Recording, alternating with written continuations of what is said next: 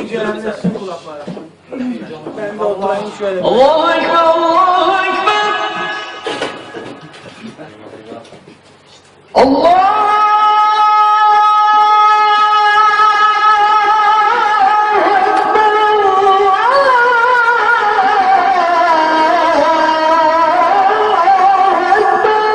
Yaralı aslanlarım benim be.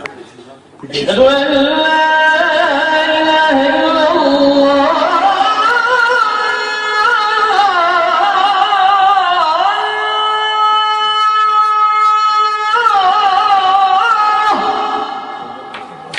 Eşhedü en la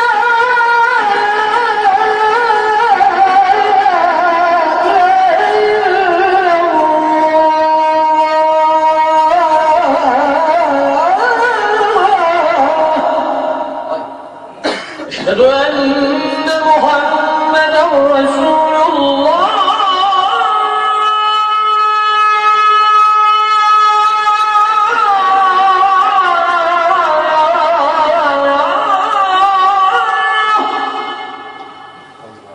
أشهد أن محمدا رسول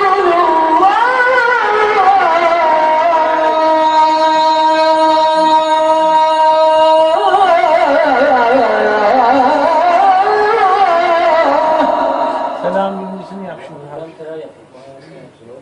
Tamam peki. حي على الصلاة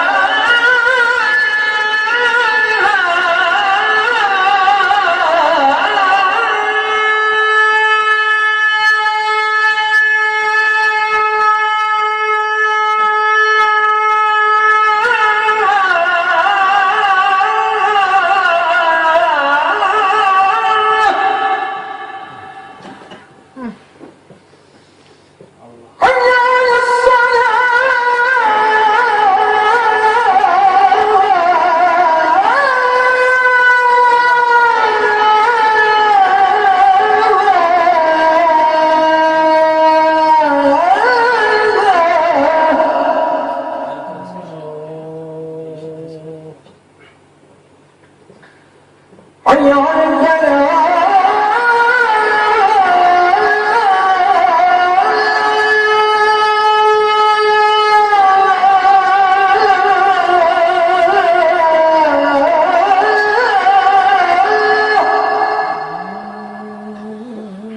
حي على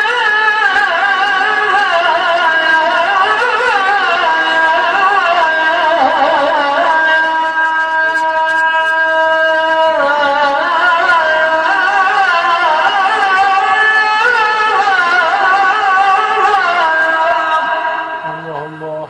الله